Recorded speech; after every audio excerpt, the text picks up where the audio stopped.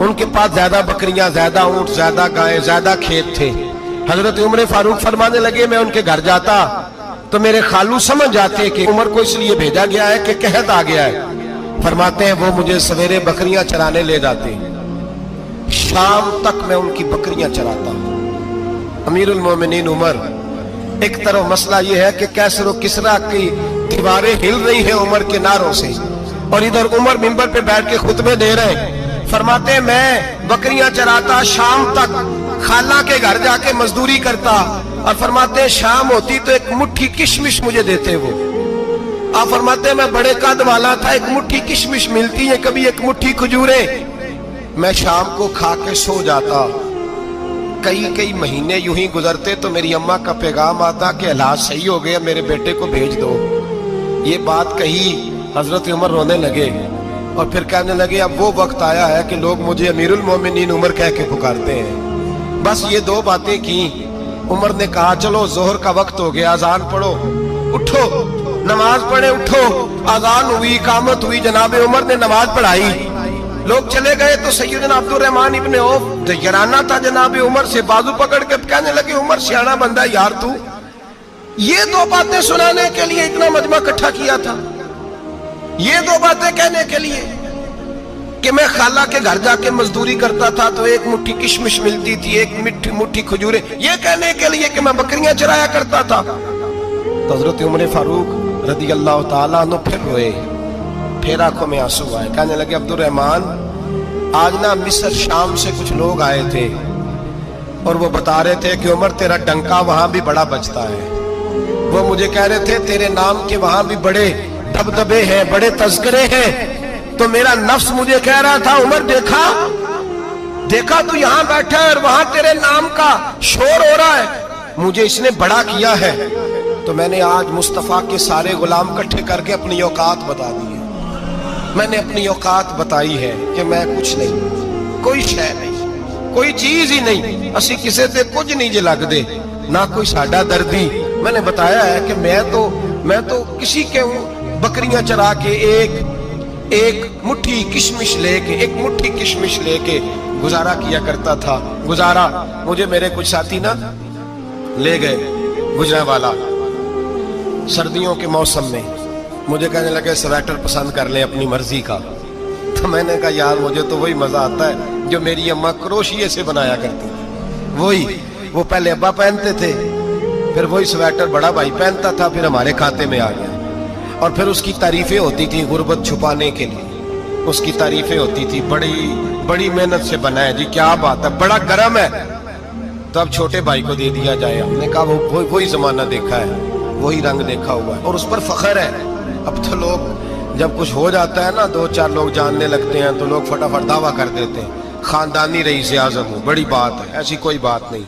جس کو اپنا آپ یاد رہتا ہے اسے خدا بھی یاد رہتا ہے، جسے اپنا آپ یاد رہتا ہے اسے رسول اللہ بھی یاد رہتے ہیں، جسے اپنا آپ یاد رہتا ہے اس کی نظر میں دوسرے لوگ بھی کچھ ہوتے ہیں۔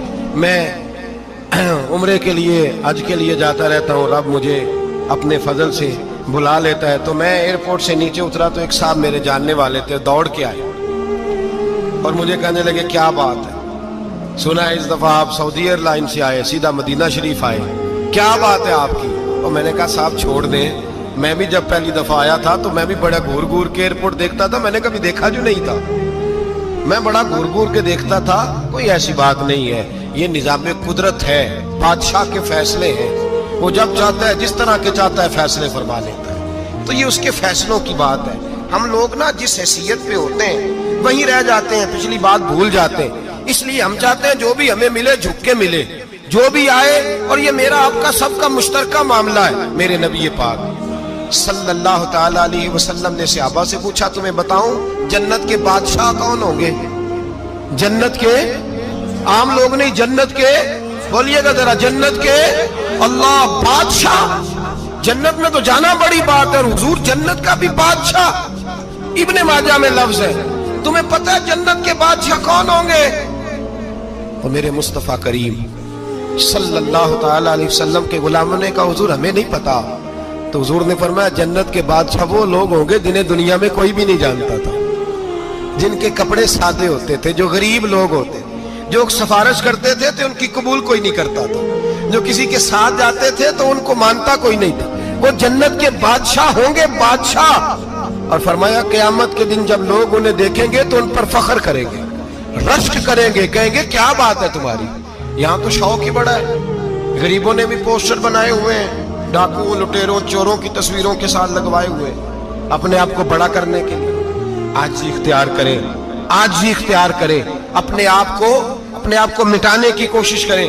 رب کریم کے بندے آگے بڑھ بڑھ کے اپنا آپ دکھاتے نہیں. بڑا شوق ہے، پہلے فوٹو کھچا لو، باقی باتیں بعد میں ہوگی. پہلے ویڈیو بنا لو، باقی کچھ اور بعد میں ہوگا.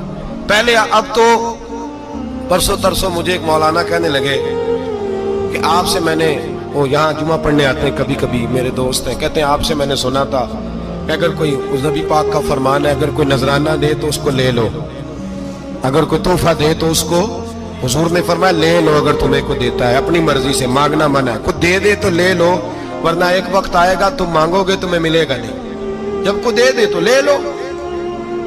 کہنے لگے آپ نے کہا تھا کو دے دے، تو اس وقت سے میں کوئی سوٹ دیتا ہے مجھے میری مسجد کا نمازی تو میں لے لیتا ہوں. کوئی مجھے کوئی اور شے دیتا ہے تو میں آپ سے سن کے، تو اگر میری مسجد کا نمازی سوٹ پکڑاتے ساتھ فوٹو بھی کھینچے تو پھر میرے لیے کیا حکم ہے. وہ خوشبو کی ڈبی دیتے ہوئے ساتھ فوٹو بھی کھینچے، پھر میرے لیے کیا حکم ہے. کہنے لگے رمضان میں یہ حال ہوا ہے کہ لوگ کپڑے دے رہے تھے اور فوٹو کھینچ رہے تھے. کیا چکر ہے، کہاں چلے گیا. غریب آدمی کی عزت نفس کو کچل ڈالا پکڑ کے. ایک جوڑا سال کے بعد امام کو دیا، اس کی بھی تصویر کھینچ کے فیس بک پہ دے ڈالی. یہ ہماری